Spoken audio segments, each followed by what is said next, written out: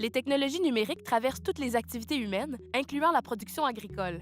Mais plus encore, le numérique contribue à transformer le métier d'agriculteur. Le président de l'entreprise Elmec, Jean-Marc Pittet, s'est engagé dans la fabrication d'un tracteur autonome. Pour y arriver, il s'est associé à l'Institut du véhicule innovant, qui travaille sur la conception d'ingénierie. Conscient que cette nouvelle technologie constituera un changement de paradigme important pour les travailleurs du secteur agricole, Elmec a aussi fait appel au Centre d'innovation sociale en agriculture, qui est responsable de capter l'intelligence collective des agriculteurs pour systématiser leurs besoins. Elmec, c'est une entreprise d'à peu près de 25 employés. Elmec est dédié surtout dans le développement, fait des produits dont les bornes de recharge pour les véhicules électriques. Donc, c'est un tracteur à école autonome. Donc, ça prend des ingénieurs qui vont, d'après leur connaissance, appliquer ça.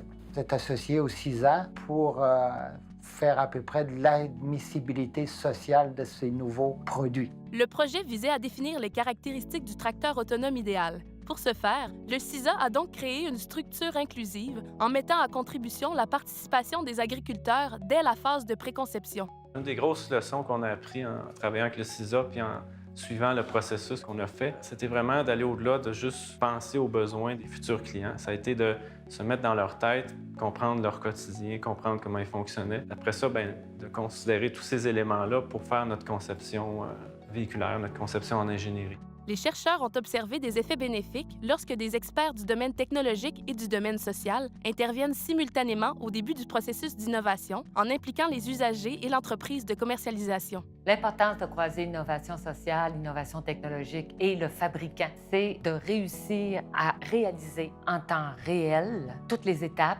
de la construction de l'innovation et d'arriver à la fin avec un produit fini qui a permis d'écourter le temps de production, mais plus encore, de répondre aux besoins particuliers de l'usager, qui ici est l'agriculteur.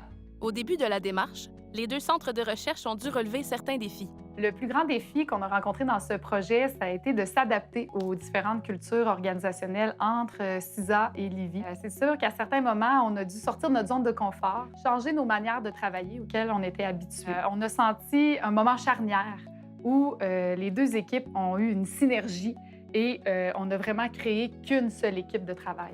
La complémentarité de l'équipe a permis d'accélérer l'étude des besoins des travailleurs et des entrepreneurs agricoles et de cibler deux fonctionnalités que pourra accomplir le tracteur autonome. La façon dont ça a le plus influencé mon travail, ce projet-là, ça a été surtout au niveau de la compréhension des besoins des agriculteurs. Donc, on est parti avec des hypothèses de départ, on les a fait évoluer un petit peu avec le temps, puis en vraiment discutant avec eux, puis en parlant avec eux, c'est là qu'on a bien pu cibler les besoins les plus importants, les plus pertinents, donc le désherbage et l'identification pour les sols. La compréhension des besoins des agriculteurs désormais bien établie, l'équipe d'ingénieurs pourra passer du prototypage à la conception du véritable tracteur agricole autonome. Les étapes à venir dans notre conception du véhicule, du tracteur agricole autonome, on va faire une conception évidemment plus détaillée du véhicule, aller plus dans chacun des composants, faire des choix technologiques par rapport à ça. Rapidement, on va vouloir bâtir le véhicule puis aller le tester en conditions réelles d'opération sur les terres. L'aventure se poursuit donc pour les deux centres de recherche qui collaboreront à nouveau dans les mois à venir pour tester le tracteur sur les terres agricoles du cégep de Victoriaville.